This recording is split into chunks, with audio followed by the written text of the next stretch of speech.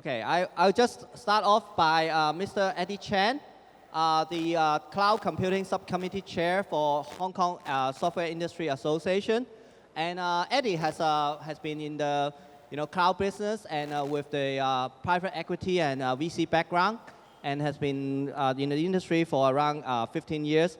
So without further ado, I will just pass the floor to Eddie and to give us share his thought on this information infrastructure. Please. Thank you. Thank you, David. I guess good afternoon, everybody, and thanks very much for coming. And I guess I'm very honored to be invited to attend this today's event here. I would just say a few words. Supposedly, it's actually one of my partners, Rocky, from Bank of China. He is supposed to be talking at this panel, but unfortunately he's not available today, so I'm standing in for him. And so I actually summarized a few things Rocky and I talked about last night, and just to share with the panel and hopefully with the audience here and see what sort of comments you might have, and hopefully you can agree with me or with us, our comments. So I guess basically today's topic here is we talk about the infrastructure and stuff, and quite a lot of them, I would say the focus is in the, let me turn off my phone. Okay, sorry. So it's about cloud computing. And from our point of view, in Hong Kong at least here, we still see this is, it is in the infant stage, but it's growing very, very fast. And last time I heard there was this figures, probably not about Hong Kong, but in the US, maybe in North America area, the adoptions or the penetrations of cloud computing has been growing from like 2% to 20% only within like 10 years and stuff. So in Hong Kong here, we found this cloud computing could be still some sort of like a lost or confusing child, just because we do not really have three things here. One is about the technical standard, and a lot of the people still saying we are the public cloud and you are the private cloud and you are public cloud 2.0 or 3.0. So a lot of it we found out is there's no such place you can find out there's a standard. You can say define this is the technical standard you can define you are the cloud computing in the public area. So this key metrics would affect, like, for instance, how do you guarantee your availabilities, right? And without this standard, you might need to invest a bit more to ensure your backend, your infrastructure is secure enough. So all in all, your cost may go up at the end. So it's not really like what we projected in the beginning. So that's the first point we want to make. Second point that we think is actually making us to be still like a child in playing this cloud computing area is the service standard. We do not see there's a standard defined clearly to talk about the service level. Let's say the service level agreement, you may be able to get some from different vendors. They could be very different. And so this actually exposes users, like some of you, to a certain extent. So we really wanted to see there's a industry-defined service level agreement for the cloud computing users. I think that would be very helpful to ensure the consistency. And lastly, as I guess this morning, there was a lot of, we're happy to hear a lot of government officials, they're here to talk about the regulations. So from a regulatory standpoint of view, we still see this is lagging. And for sensitive industry like the financial, banking, insurance company, they are a bit shy from using these kind of cloud computing. They may be setting up their own private cloud and stuff like that, but from public cloud or some other more efficient cloud point of view, they would be scared to use it because they would never know when MA will be coming or monetary authority will come and then complain to them. So I think that is actually not helpful and not healthy for vendors or for users because we just don't have the directions. So I think these 3 points summarize our point on today's the infrastructure or the futures for our solutions or software. We really need someone to come out and then help us to define these standards so that we would have a clear path. We know, okay, there's the way to go. So I think that's my comments now today. Okay. Thank you. So thank you, Eddie. Okay, let's invite the second speaker. It's Per Dahlberg, CEO of Asia Cloud Association. so Pearl has been in this role for since 2010, and then with a long history of telecom and IT background. Without further ado, I'll just pass to Pearl. Thank you very much, and thank you very much for having me here today and for coming back after lunch. I hope you're still awake. So I've been asked to cover a little bit from the public sector perspective and a little bit of what we do. So I'll spend a few minutes on that. So let's use this. So I think, and this has been mentioned by previous speakers today, that cloud really represents a twofold opportunity for governments. One is, of course, to be able to offer citizens better services, and we've seen many initiatives from the Hong Kong government discussed this morning, and other governments in the region, and I will give you some examples.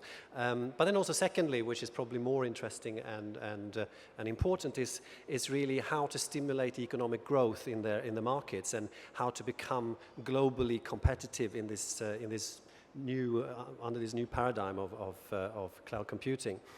So these are the two considerations I think governments are taking, and the initiatives that we see around the region are taking these two into considerations. So also tapping into what Eddie was saying about the challenges, and this is why we are here, is that there are hurdles.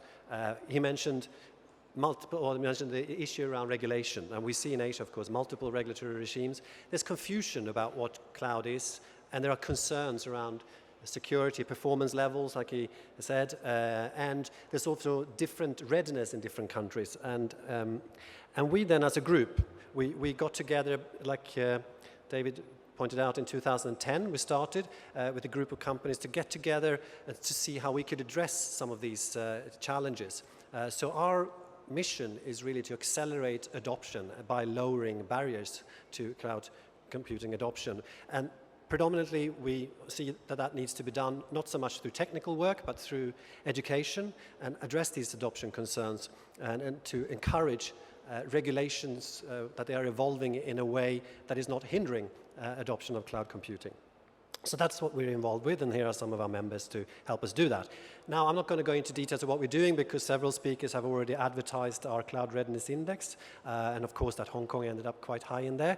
But I just wanted to put that into context of how we then look at the rest of the region. So you can go to our website and get more information about that.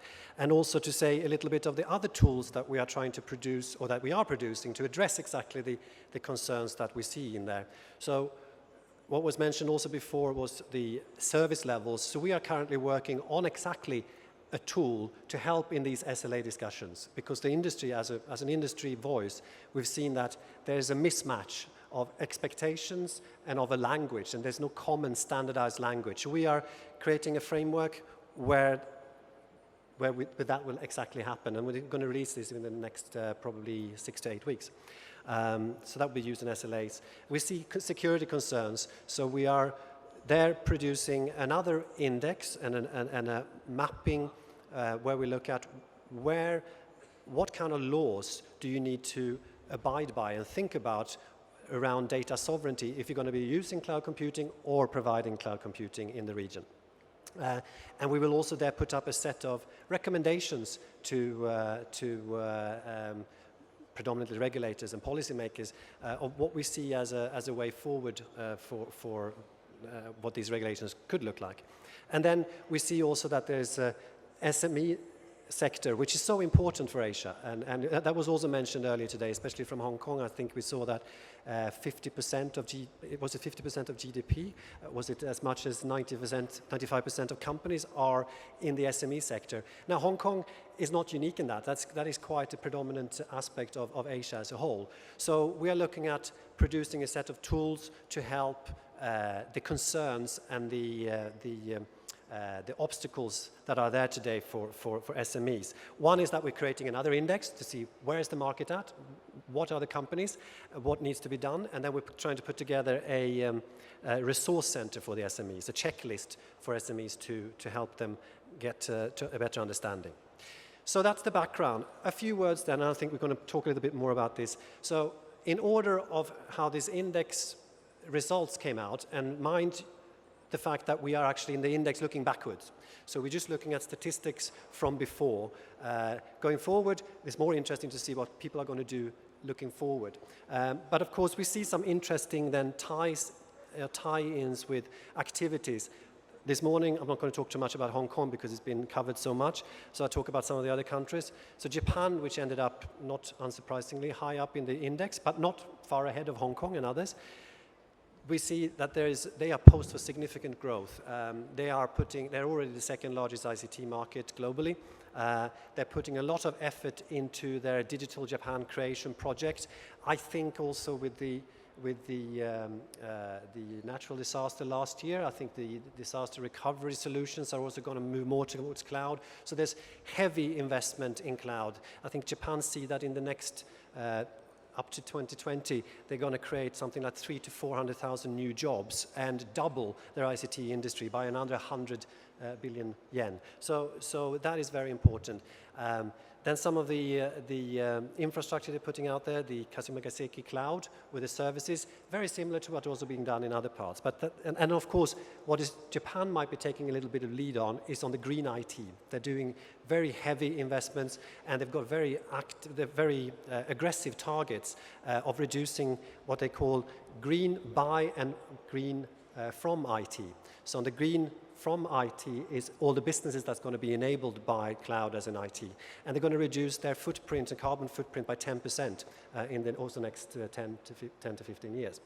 Hong Kong, of course, the hub of Asia, has already been covered this morning, so I'm not going to talk more about it.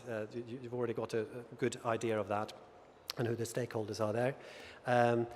South Korea, worth mentioning as well, they aim to capture 10% of the global market. They want to also be a hub, and they want to reduce their infrastructure very, very dramatically. So they also got some interesting activities in the educational sector. The Ministry of Education has, they're saying we're going to lower the load on kids' backs, not so many books in their backpacks anymore. So $2 billion plan to digitize the textbooks. And of course also the move of services in the government itself. Singapore, no one has really mentioned them here today, but of course they've got many similarities to Hong Kong in size and structure and so forth. They've rolled out their next generation broadband networks, etc. So on par with Hong Kong there, etc. They also got they've got active government stakeholders that are driving towards cloud and also driving their industries proactively to adopt and use cloud. Australia, I think I can mention as a last example because they probably got one of the highest adoption of cloud. They, I read not long ago, have got more laptops than students now. So that is quite an aggressive plan for digitizing the educational system. And of course, internally, they are moving also a lot of their papers, their filing onto a cloud-based solution.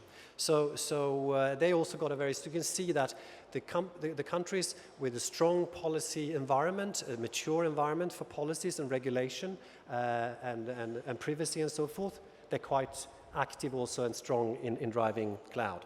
So with that, I will say that there are countries that still have lots to do, but we see a lot of interesting activities. I didn't put China in here today because I thought there'd be so many speakers talking about China. So I just want to point out countries like Thailand, Vietnam, some interesting activities going on there as well. So it is picking up in the whole region, to say the least.